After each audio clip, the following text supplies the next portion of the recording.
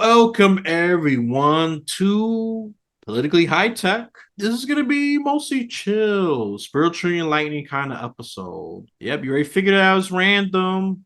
I don't know. The spiritual people have been, or the spiritual community. I'm gonna just round them up. Slash religious. You know, I don't like that word that much. You guys still use it. I don't like it. One of my pet peeves. It's been lucky because it's supposed to be super random. And yeah, and I have a couple of people who are not as spiritual, but they did give some practical advice how to get through life, especially language of love, for example. And certain people were a bit spicy. What I mean by spicy, we swore and say things that are sometimes taboo. Yeah, but this one here, I don't think we're gonna go there. This is more the Musa, the calm, and believe me, we're gonna need the calm before when I predict a major political storm or even chaos, if you will, because 2024 is going to be such a chaotic year. I don't care where you lean politically. So, to be proactive, to be very proactive, we're going to have a couple of people, a couple of lovely people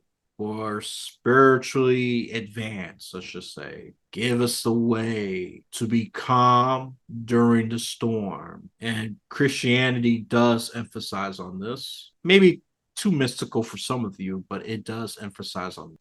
I have a guest here who's very experienced in connecting with the divine with a capital D. You know, those little things do matter. You know, like just like I always say, God with a little G, we people could be gods with a little G, is not blasphemic. If we try to be God with a capital G, that's blasphemic. Okay.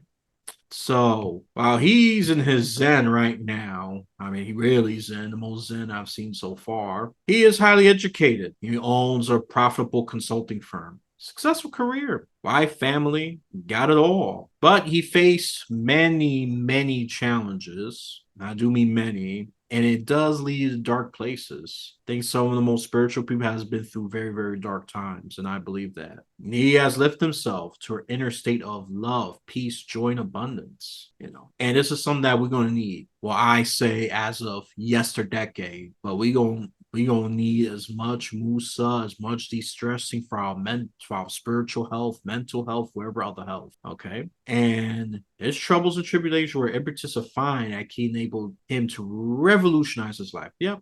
I always say troubles do that. His perspective on life changed entirely. I'll say some of mine has changed. You know, it even has led him to search for a better life. It didn't tell positive thinking, saying affirmations, chanting mantras, or traveling to India to sit at the feet of the guru or any popularized member of method of finding yourself. Yeah, they're very popularized, no doubt about it. He's right. To argue against that is crazy. To ascend both spiritual perception and truth, you need to use the right process to break through your entrenched human ego barriers. I will extend the intro. I could say much longer version of that, but I think that encapsulates what we're going to talk about. I'll let Neil Elliot do the rest. I want him to talk, spread his word, and not have me take over his entire podcast. Oh, there's no point of him being here. Well, thank you so much, sir. This is a good opportunity to have a conversation with you and to for you and I to have some back and forth. You might have some questions that pique your interest and you'd like some answers to. And if I have an answer, I will do my best to give you one. So let's get everybody straight. So the D is the initial to my first name to differentiate me as an author and on the internet. If you did a search for Neil Elliot, you come up with thousands. You do a search for D. Neil Elliot, I'm likely the first these days, but I'll certainly be in the top. And so I was born in 1960, youngest to six kids. Father died when I was five. My mom had to go out and get a job. And all of this stuff is in my book. My book has five parts to it. Part two is actually this candid memoir that I describe the kinds of thought patterns that I developed. What was right, what was wrong, what was good, what was bad. And these things, we all do this, and we can discuss that if you like. But these kinds of things, I use examples to show how I created all of these events and experiences that came to me to help me learn experience and learn a lesson that I wanted to learn. And we all do this, and we do it unknowingly and we do it unwittingly. But when you actually understand the mechanics of the universe, you can then, if you choose, make a deliberate choice to change your thinking and your feeling to start to draw to you all of those things which will provide you love, peace, joy, prosperity, and abundance. And so I'll back up a little bit. I'm a professional engineer with an MBA. And I went into consulting. I was employed. And in 2002, I went into consulting and started my own business. And from 2002 to 2017, I slowly, unknowingly, unwittingly drove myself to this really deep, dark, despondent depression, which took me to the point of planning my suicide. All of this I describe in my book. And our house had been on the market for 5 years. Kids launched, 3 kids, kids launched. And my wife and I alone, beautiful waterfront home with a crushingly large mortgage, but it was a beautiful home. And we had the house on the market for 5 years, finally sold, and we lost a bunch of money, but that's a different story, or part of the story, but not important today. And she jumped on a plane to go visit family in Toronto, Ontario, Canada, and we're in this little one-bedroom rental apartment. I sat down at this little kind of small kitchen table and planned out my suicide, crafted my suicide note. And I was planning it out about 3 months to help my wife move and, unburden all of this stuff that we collect and accumulate over a lifetime that clog up attics and closets and everywhere else in our house and then never use or use rarely. I thought, okay, well, I want to leave her with as least burden as possible. And so I'll plan my suicide out. I had it planned out. I crafted my suicide note. I put it away, and I planned to do the suicide in about 3 months so that we could move. I could get rid of stuff. I could say goodbye to family and friends without them knowing what I was going to do. And then I could pull the trigger. And about a week prior to that, some material just fortuitously showed up that promised to liberate me from my thinking if I studied and followed it. And so I thought, okay, I'll give this one last chance. And so I started to study the material, and I thought if it works, I can push out the suicide date. If it doesn't work, I can always do it. So I went through this process of starting this and not telling anybody what I was doing. My wife didn't know I was depressed. My family didn't know. Certainly my clients didn't know.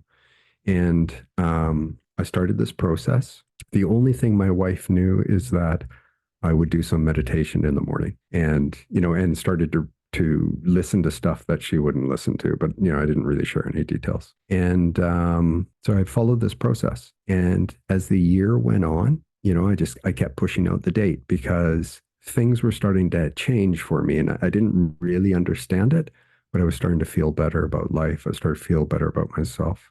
And that was November 2017 when I started. So I was 57 years old.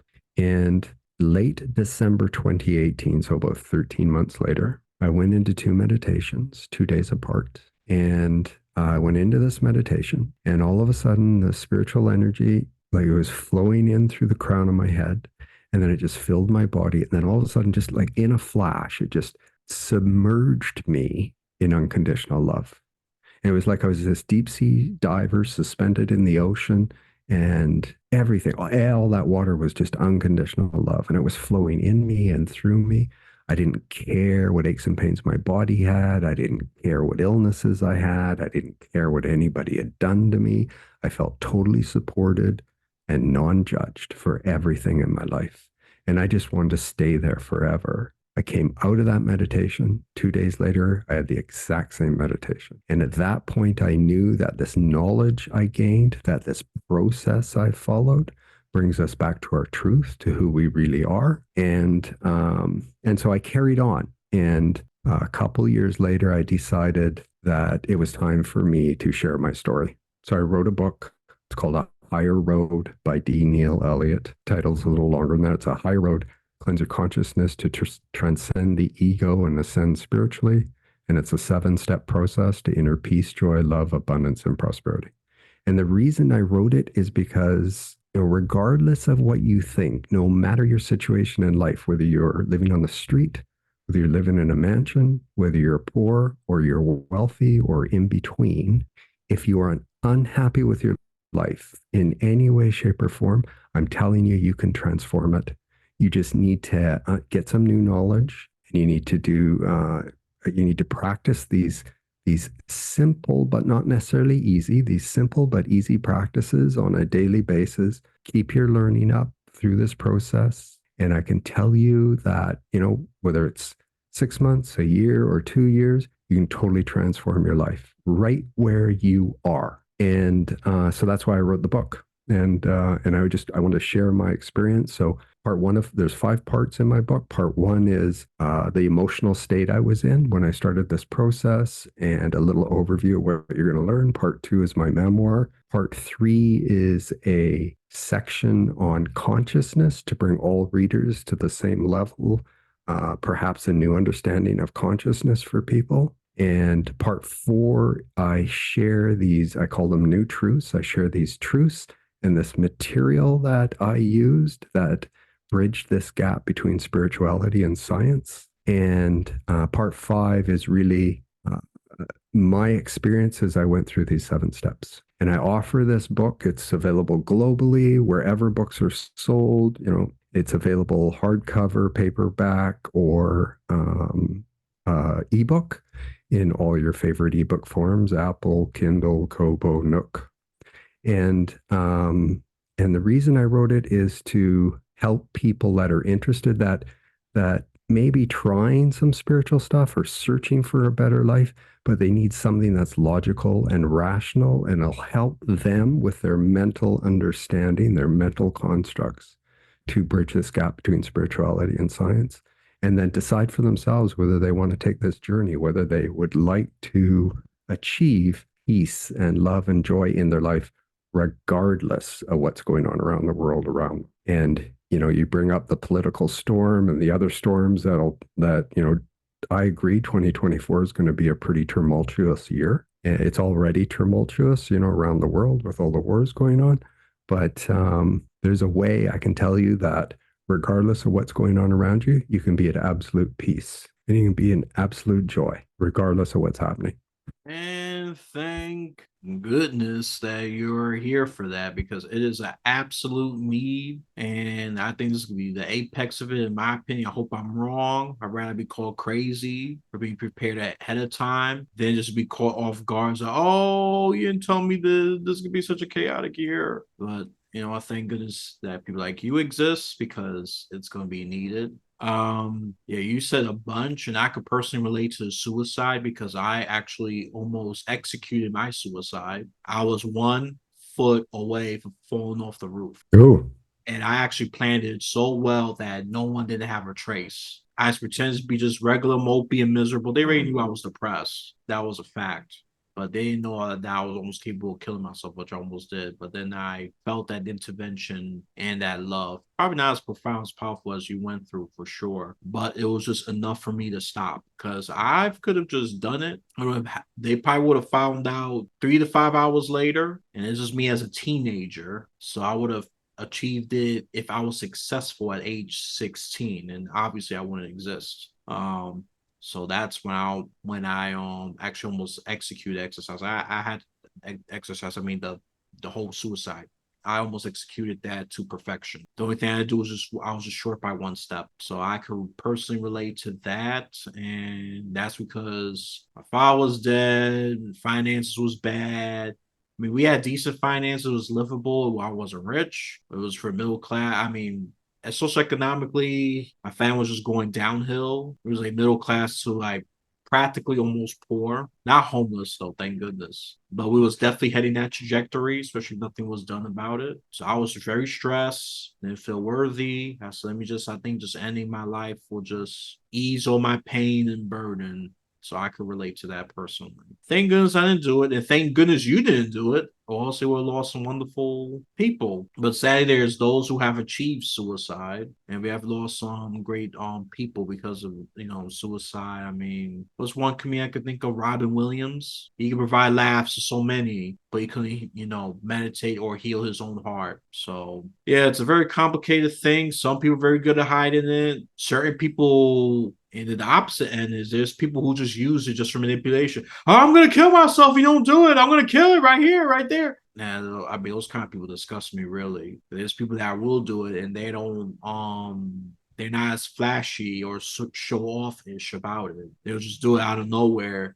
Then boom, that's it. It's done. Shockwaves go through the community, and if it's big enough, then through the media and then through social media, then people will find out. And then people wonder, oh, I Well, should have done this. I could have done this. So much what ifs. So much what ifs. But yeah, go right ahead. well, I was just going to say, all of these things are, by all the various methods and ways of expressing it are really just, they're calls for help. And so, without judgment of any soul on that, I understand the state of mental state of anguish that they're in, and some of the things that they're likely experiencing, maybe not, specifically, personal, but totally from a feeling perspective. How, you used some good words there, felt unworthy, you know, uh, inconsequential, another one, right? In life, feel inconsequential, feel doing more harm than good, harm to the family, harm to friends, and just total despair. Like nothing's going to get better, everything's just going to get worse. What's the point of carrying on? Yeah, no, absolutely. And I'm happy you actually did plug it for your book early. I recommend, look, I don't normally do this early, but try just not even try, get the book. Just get it. Get it, get it, get it. Getting as much tools of fighting mental health as possible. I want to rely on mainstream media as much because they just gonna push whatever's convenient and popular, and they're gonna just promote fads, and they're gonna just go away. I already read through your intro the popular fatty, the trendy things that use to feel good, like the mantras, the affirmations, the I don't know, the chakras or whatever, or the what have you, or just meditate with the sound like that. They're very popularized, but have they have great impact? I won't think so. It's not convincing me, that's for sure. But some that you said about connecting logic, science to the abstract spirit. One of the few things you said that differentiate yourself from others. People don't make that intersection a lot. Yeah, no, it's made. There's others make it for sure, but I'm doing it in a way which, had to satisfy. So as an engineer, there's logic and rational thinking from my perspective anyway, that I needed to have that in order for me to bridge this gap between spirituality and science.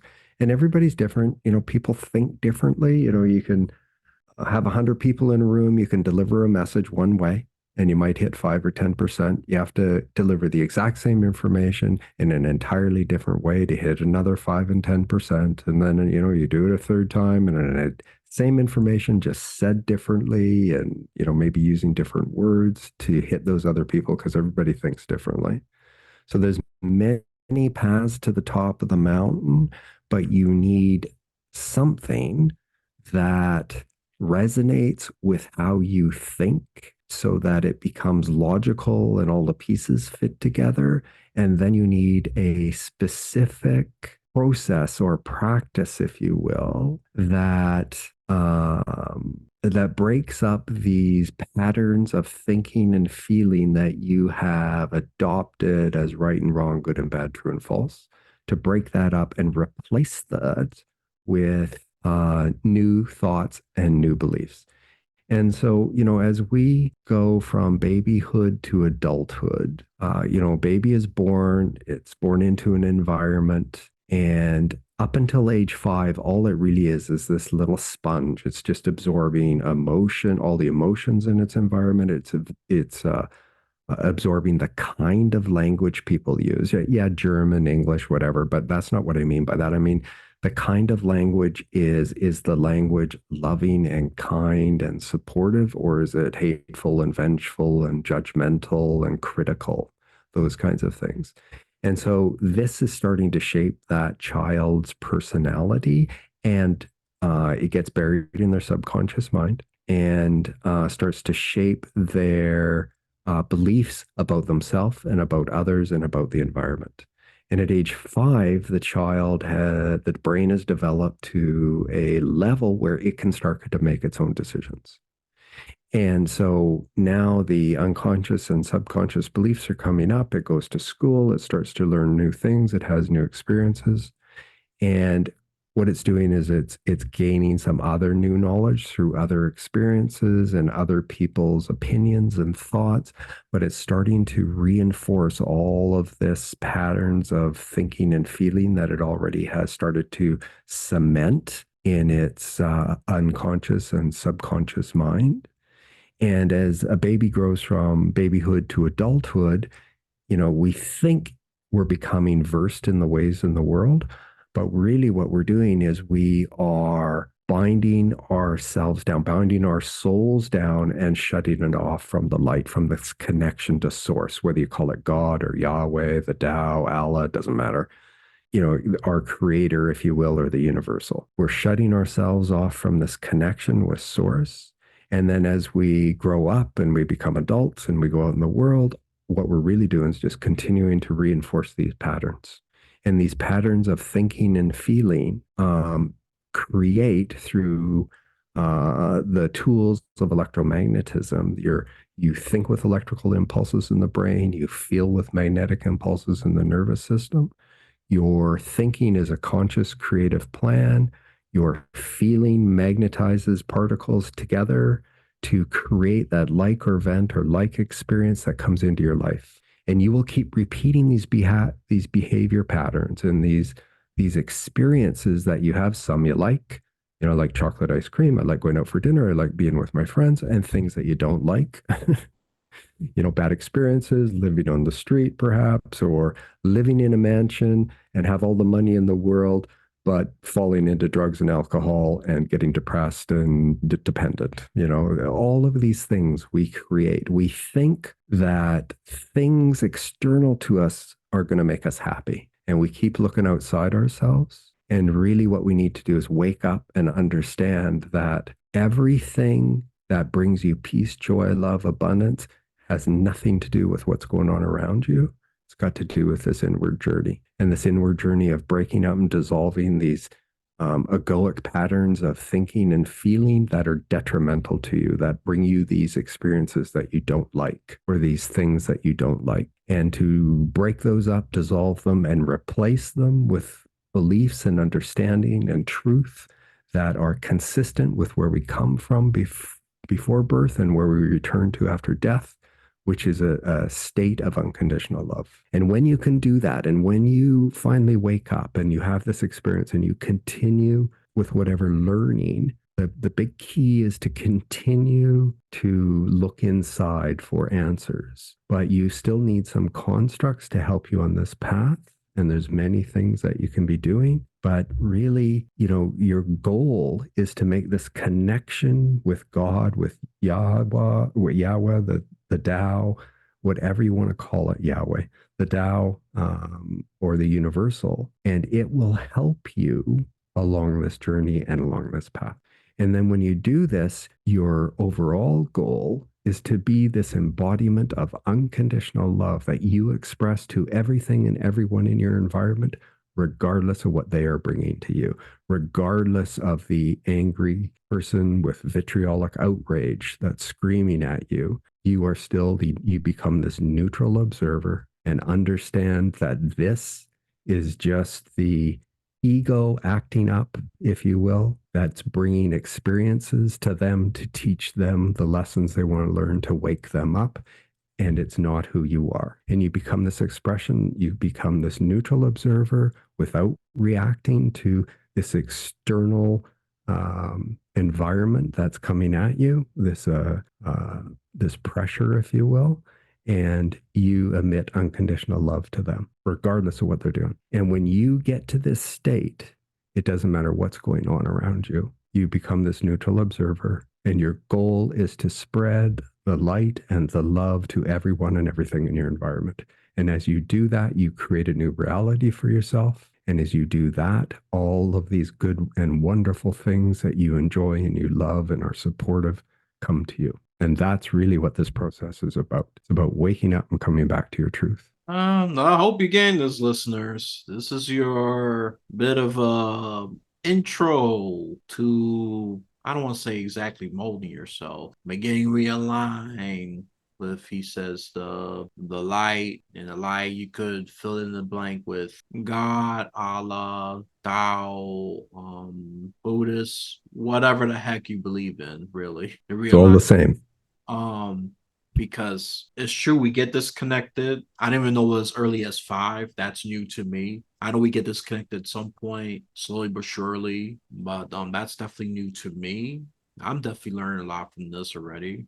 Just yeah, just make sure you're listening to this, listener. This is not one of those that you just want to scroll through the play bar. No, you don't want to do that. You definitely don't want to do that unless you don't care about your spiritual life, or you just somehow think this is all gobbledygook, insanity. But he's already giving you the intersectionality. He's already meeting you halfway with some scientific rationale thinking to this. And the more we implement spiritual health, spiritual aspect to conversations, I think the better we'll be. We already try to do the opposite, and mental illness, loneliness, isolation, depression, ego acting out has increased astronomically. You just thank social media for promoting such crap. I'm personally not going to curse in this episode, but you know my personal rants. I'm not going to go back to regurgitate them. You go back to my previous episodes for that. And I want him to talk because he has valuable things, much more valuable things to teach or say than my rants. Okay, you know them already. I'm not gonna regurgitate them. I just refuse to do that. About especially with TikTok and the Facebooks and all of them. They promote, what's the spiritual terminology? Low vibrational content. If I'm gonna just use more correct terminology, or probably even no vibration if that's even possible. So before I go on this long rant, because we should make it as a mission to connect to the light. And I think that's one of my missions, besides just getting people more politically informed, make better decisions. I think that's another mission I should engulf on, because I think without that, I think that should be even my number one goal, essentially like a number two goal. Because without all of that, forget it. We won't be able to navigate the chaos. We're going to be confused. We're going to be super anxious. A lot of people already are. And we don't need any more of that. We don't not need any more of that. So enough for me stating the obvious. Let me get to the first question, and while all of them are quite good, I might have to skip one of them because I think it's a bit too limited. Let's start from one you said in the beginning about how can we create for ourselves the best possible outcome for our lives, and how do we outline it? How do we achieve life's purpose, heal the body and mind, and draw happiness into our life? There's more related to the intro. Yeah, yeah. Good question. So in part three of my book, I describe some other material that I needed to read in order to gain some knowledge to start this process of first understanding that everything I believe to be right or wrong, good or bad, true or false, is really just a belief. It's something that you have adopted as a child through this process we talked about, and then have adopted it as it is right, it is wrong, it is good, it is bad, and then reinforced it over a lifetime. And so, if you can understand, this is what I had to do. Had to understand that all of that stuff is really just a belief. And then, if it's just a belief, then you have the opportunity, if you choose, to say, okay, well, I'd like to go through a process to change my beliefs, to things that are going to be healthy and life-giving and peaceful and joyful. So what are those things? And the second thing I needed to understand was, and this is another book I read that gave me this knowledge and empirical evidence through science that what you think about draws either health to your body or illnesses contrary to health. And that affects your cells, that affects your cellular structure and develops diseases and illnesses and those kinds of things. So, if you can understand that perhaps your thinking patterns are drawing to you things that are going to harm your physical body, not only your mental state, but your physical body, then that's just another notch in the belt, so to speak, to get you on this path to say, well, I don't really want to draw these illnesses to my body, these things I'm experiencing. I don't really want to be in this mental state. So now I really do want to change these beliefs that I've adopted. Then I read a book on neuroplasticity that was just a good example of how how scientists have determined with empirical studies and subjects that have gone through a process how they can actually change the neural pathways in their brain to help them adapt to different situations. And I give these authors and some things all the information you need if you want to read those kinds of things. And that kind of information for me was a starting point in terms of understanding that I have more control over my life and that I'm actually, through my own thinking and feeling and actions and words and deeds, drawing all of these experiences in this mental state to me that I'm not happy with. That's put me in this deep, dark depression. So then, I read a book about a near-death experience. This is all documented in the hospital, but it was a near-death experience about a woman who she was 46 years old. She had been suffering from this aggressive form of cancer over a 5-year period. She went from a normal body weight and healthy to 75 to 90 pounds. She couldn't lift her head on her own. She was on oxygen 24 hours a day. She required 24/7 care. And she was at home. She fell into a coma. They rushed her to the hospital. The admitting physicians told her family that she wasn't going to make it through the night. 24 hours. She had a near-death experience in this 24-hour period when she was in this coma. 24 hours later, she woke up.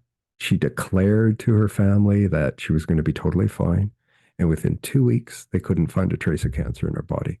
When they admitted her, she had tumors the size of lemons from her head to her waist throughout her body. Her body was totally riddled with cancer. And in 2 weeks, they couldn't find a trace. And she describes what happened to her when she was in this near-death state, in this coma state. And that gave me, some of it is hard to grasp, but you get the gist of it. And she gave me the understanding that, when this body dies, that's not the end of it. That's not who you are. You are not your body. You are just a soul having this human experience. And so that gave me information, which again, documented in medical records, so empirical evidence about this, even though they couldn't explain why it happened. And then this other material showed up that bridged this gap, utilizing things we know in science today that are easy to understand concepts for everybody. You don't have to be an engineer or a scientist to understand these things, but they're logical and they're rational. And as you read this material and you do this, things start to happen imperceptibly to you. But if you stay on this and and I'm going to say keep the faith, and I'm doing this with air quotes because I'm not talking about religion. I'm just talking about faith in that everything will turn out well if you carry on with this path, and faith in that what you're reading makes sense, even though you might not fully grasp its true meaning. And I can tell you that I have read this material now over a number of years, and I keep going back and reading it because things that I thought I understood in the first year, I had an entirely new understanding of it in the second year. And in the third year, I had even a deeper understanding of it. So it takes a while for that information. And the higher your frequency of human consciousness is raised, the more insights you have on the material that you read. And at that point, I started to not only read that material, but look, to others. And you know immediately when you're listening to somebody, when you get to this point, you know immediately whether you're listening to somebody, whether or not that whatever they're saying resonates with you. And if it doesn't resonate with you, that's okay. You just don't worry about it. Just move on. And you will find other things coming to you in a fortuitous fashion that make sense to you and give you deeper knowledge and deeper understanding. And then you're going to get to a point where you understand these practices, you understand it in a way that you practice it in your daily base, you're on a daily basis, on a minute by minute basis, and then your life totally changes. And all things come to you in an unsurprise, in a surprising and unexpected way. You have no expectations about what's going to happen, but all these good things just start coming to you. And it's this journey that we're on.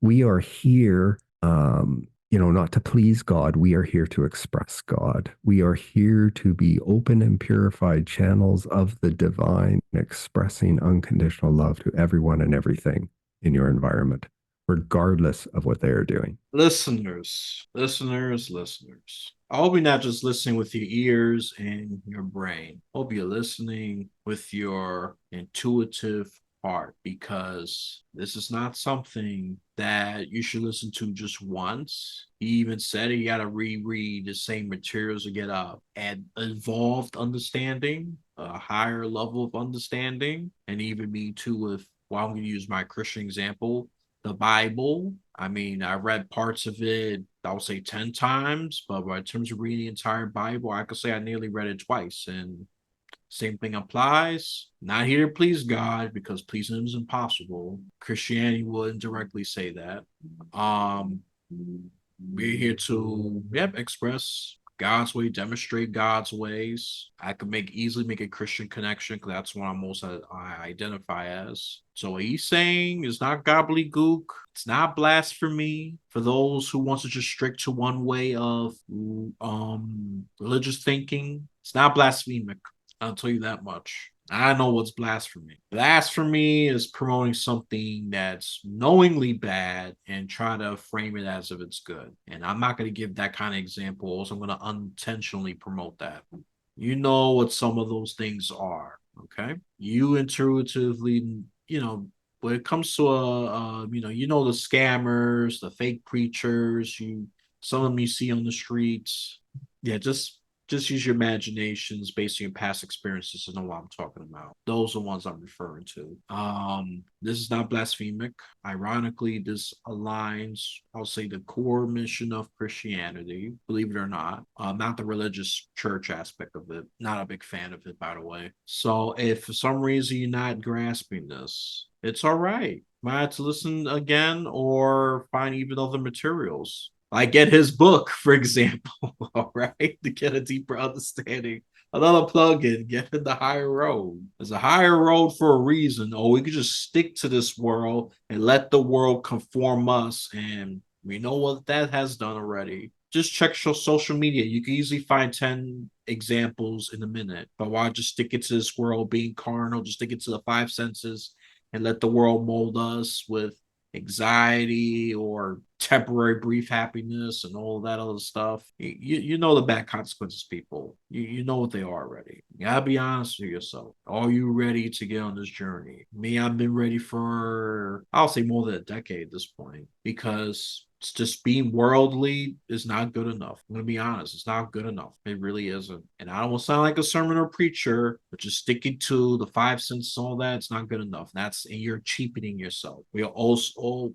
just like he said, a soul that's inhabiting this body, and this life is very temporary. This is not even all of us. This is not all of who we are. Okay, this is just one part, probably one very small part. Okay, this life is temporary. This is not long lasting thing. Okay, once you're gone, that's it. No, no, no. The soul's gonna go somewhere else. Do we know where? Yeah, we have some ideas, but I'm gonna get into that. We already hearing good amount of material, and I want to stick to how we could get to this spiritual state. I don't want to turn this into a super mystical episode because I don't even think I'm qualified for that just yet.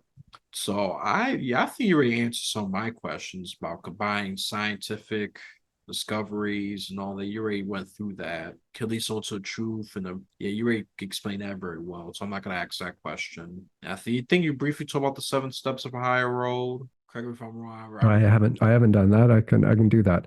The one thing I'd like to do is just so I used to, watch violent films. And by violent, I mean like a James Bond film or Liam Neeson or, things like that, where there's some shoot ups and people getting killed and stuff like that. I love those kinds of things, the James Bond and stuff and equivalent movies. And I used to read murder mysteries because I really liked murder mysteries. And I had stressful work, with a lot of people. I managed large projects, few million to, a few 100 million. And lots of people that I interact with. And I used to go to bed at night. So I might have watched a movie, I might have read a murder mystery or combo of both. Might have had a disturbing interaction during the day with one of my workers or, a contractor or maybe a senior person in the organization. And I'd wake up in the middle of the night and, I'd be sweating and dreaming. It might have been something about that, kind of infected me, if you will, from the movie or maybe the murder mystery I was reading. Or maybe one of those things of, somebody I felt got the better of me in my work. And, you wake up and you go, oh, God, oh, I wish I could do that again because this is what I'd say to that person, really put them in their place. And if I woke up in the middle of the night and I didn't have anything really that I was worried about, I just make stuff up to worry about it. We probably all have done that, right? And so not have necessarily good sleeps, maybe wake up in the morning a little bit grumpy or whatever. And, your first interaction with your spouse may or may not have been great, babe, or you maybe have been totally fine till you had some interaction with somebody during the day. And so in 2015, what I started to do was disconnect, So here's the thing. If you think your diet of food and nutrition that you eat is important for your body, I can tell you what you feed your mind is more important for your overall health than what you eat. So if you are constantly feeding yourself violent, denigrating, negative, vengeful movies, hurtful, harmful movies, if you're reading materials and books, if you're plugged into the news all time and always hearing the negative stories about what's going on in the world and the negative things that are happening, this is your mental diet. This is the stuff that's going to affect your psyche. It's going to affect your thinking and going to, wake you up in the middle of the night all stressed. You've got to, I suggest to you that one of the first things you're going to want to do on this process is to start disconnecting from the social media, don't be attached to your phone. I heard this thing the other day, which I thought was quite interesting. If you are the kind of the person where, you're going out for you go to a restaurant and you're with a group of people and people put their phone down on the desk. So say you're just going out for dinner with one person or you're in the office with one person and they have their phone and they've got it in front of them. Might be on the desk, might even be upside down. Are you the most important person in that conversation or not? Because typically what happens, their phone buzzes or rings and they pick it up. If you go out to dinner and somebody puts their phone down on the table, are you the most important dinner person at that dinner table or is it the phone? If you carry your phone from room to room to room, you can't be without your phone. You might have a problem. So if you are always attached, if you're going to go out for dinner with people, yeah, okay, kids at home, maybe one person needs a phone, fine, have it in, your partner's purse or in the pocket or something, put it on airplane mode, put it away. Everybody else leave their phones at home. You don't need a phone. And, this is one thing technology has done. I grew up in the 60s and the 70s. We didn't have this technology. So we didn't have these issues, right? You get a phone call, and if you weren't home, you didn't get it. You didn't even know they phoned because you didn't have an answering machine, and no one fussed about it. But today, everybody is so attached to their electronics and social media. So start disconnecting. Stop watching negative, violent films. The only thing I watch on TV, for instance, whether it's a streaming service or not, is something that's uplifting and fun and loving. And if it doesn't fit that criteria, I don't watch it. I do not want to feed my mind with anything that's negative. I don't listen to the news. Now, I'm aware of what's going on because I'll take a quick scan and just, understand what's going on. I don't deep dive into it. I don't listen to all the stories and all the negativity. All of that stuff is your mental diet. So you got to keep your mental diet clean. And if you can keep your mental diet clean and always uplifting and always loving and always thoughtful and careful, not careful, but caring, you will start to then help create this space to start changing your beliefs and start changing how you think about life and how you think about the world. So this is really important. And, if again, I'm just going to say that I heard this the other day and I thought it would ring true. If you're walking from room to room with your phone, you might have a problem. So I have my phone here on my desk. I don't carry it. If I go out, I take it with me, but I'll be around the house all day long. Somebody phones, they'll leave a message. And if they don't leave a message, then I didn't need it in the first place. I don't fuss with it. And I'm not addicted to my email. I'll check my email a few times a day, might check my text messages, but I am not a slave of my phone. And, it takes this kind of disconnection from all of this input, which is negatively affecting you. So I'm going to suggest to you that you might want to think about that and make a choice for yourself. No right, no wrong, no good, no bad, just your choice. You are here to learn how to master your emotions and your thoughts in order to become a master. And you will not become a master until you understand how and why we're here and what our purpose is.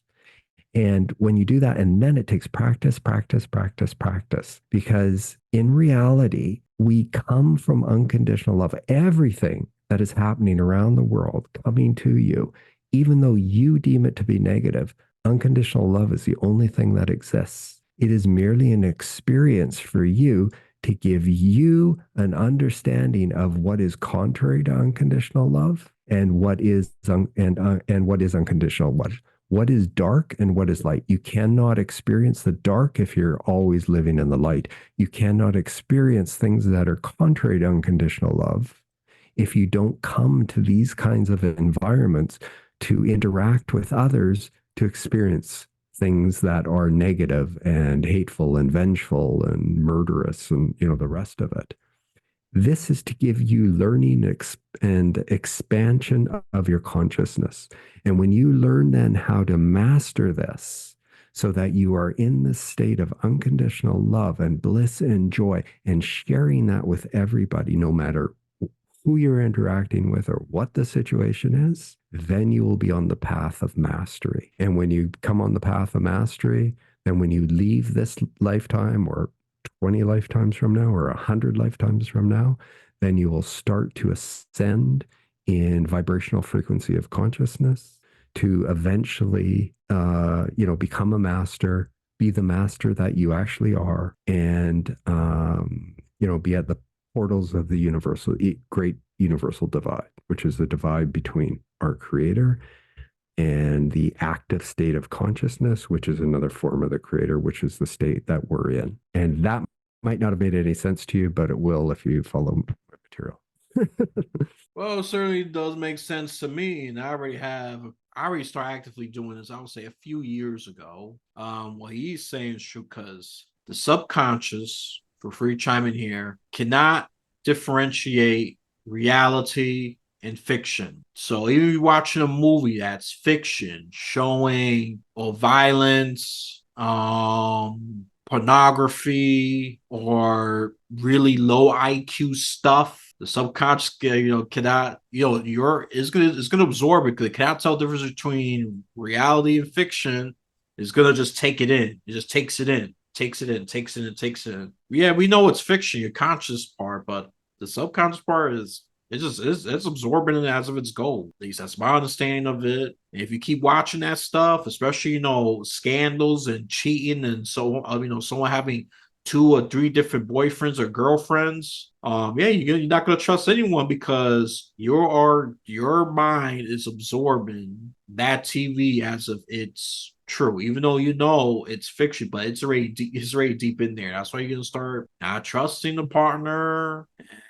That's one example. That's more on a sexual, unfaithful kind of marriage example, but that's true. Especially you see on these shows that promote a guy having two girlfriends or a girl having two different guys, whatever. You're not gonna trust the partner, especially if you keep watching repetitively. It just gets stronger, stronger, stronger, stronger, stronger, and you're gonna get to that day. So I get what he's talking about, and you being in love with your phone, bringing it everywhere with you, even though you don't need it at all, it's a problem. It's an absolute problem. I even might.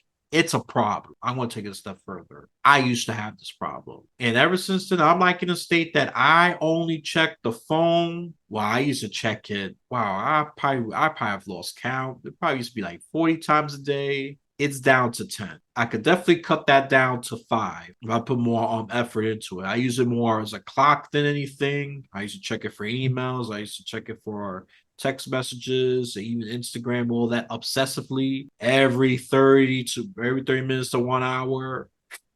Didn't even go to sleep either because I used to have that phone with me. I used to go to the phone when I wake up, go to and use the smartphone before I go to bed for at least another 1 or 2 hours, and that already ruins sleep. And those super stimulating screens is disrupting the chemicals in your eyes and your brains, such as serotonin is very disrupted. If I'm going to use a little scientific sense, yes, I'm a little scientific too, even though I'm a history buff. I study enough of this just to grasp that. But these are very helpful things. And the more you pay attention to, just give it a shot. Just give it a shot and just do it little by little. I don't suggest doing it drastically. I mean, ideally, I want you to do it drastically. Do it out.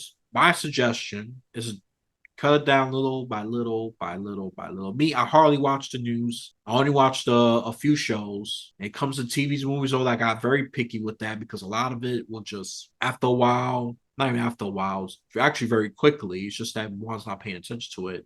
It lowers your connection to God, the divine, or what have you, or to your light. It really just lowers it, lowers it, lowers it. So significant. So what he's saying is actually true. Give it a shot. That's my call to action. Because what he's saying is actually fact. You can call me crazy. And so Yeah, you call me crazy dismissive if you want, but you will be doing yourself the major damage.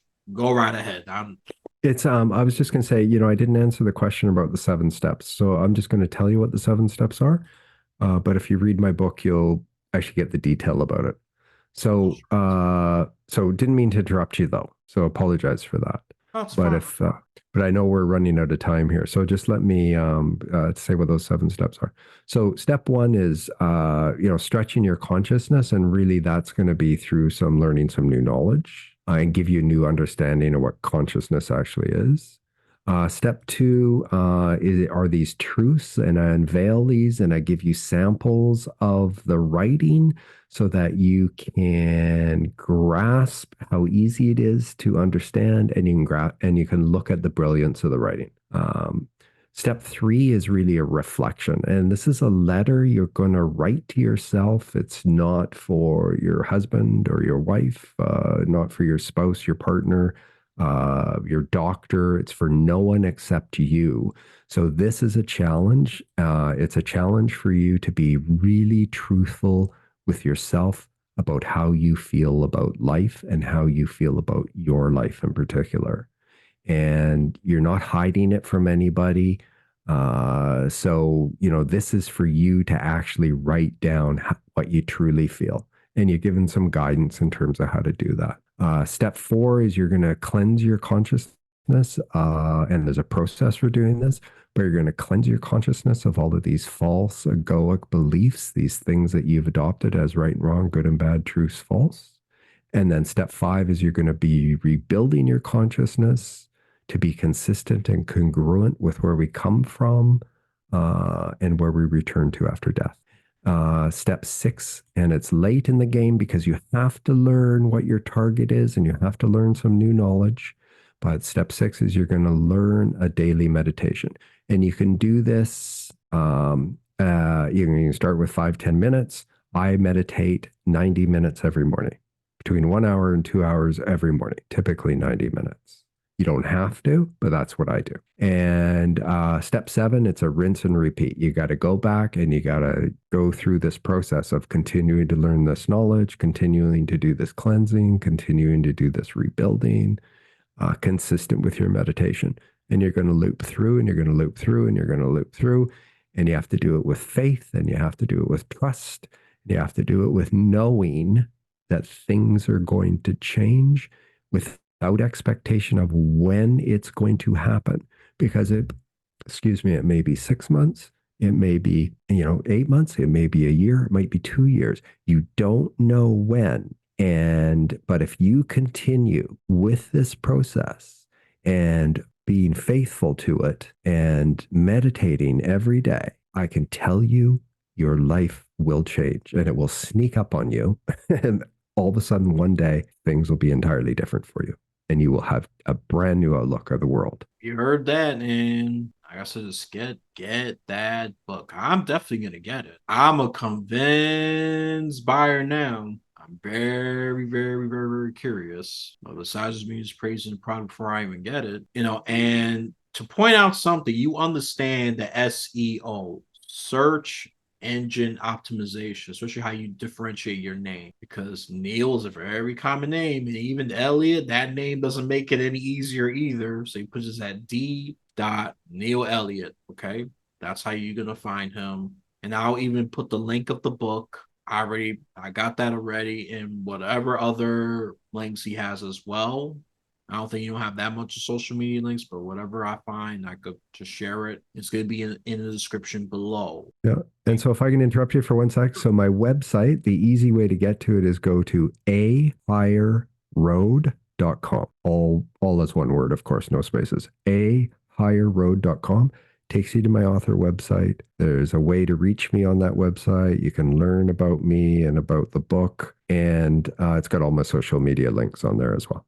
Yeah, well, and just make it a little extra convenient. I will share it even in the video as well. Oh, Be more than one way. perfect. Yeah, perfect. Yep, that's it. The more convenient it is, the more people are going to do it. It's as simple as that. Yep. As simple as that. Complicating it is just brings foolishness and unnecessary difficulties. So that's all I'm going to say about that. All right. So this, I definitely feel spiritually better. Anything else you want to add before I wrap this up? I think the only thing to add is that no matter where you are in life, healthy or ill, wealthy or poor, living on the street or living in a mansion, you can totally change your life right where you are if you have the right process, gain the new knowledge, and practice it. And if you do that, I can tell you, you will change your life. Yep. No arguments for me there. No arguments. So, my dear listeners, from whenever you're listening to this, you have a blessed day, afternoon, or night. Actually, I got one more thing. This is something a normal YouTuber does. Like, comment, subscribe, share, give your opinions. Apple, if you're gonna review, go through Apple Podcasts, give it a rating, and give your thoughts. Okay. With that out of the way, I'm gonna repeat this again because we could never say this enough. Thank you for listening. Have a blessed day, afternoon, or night.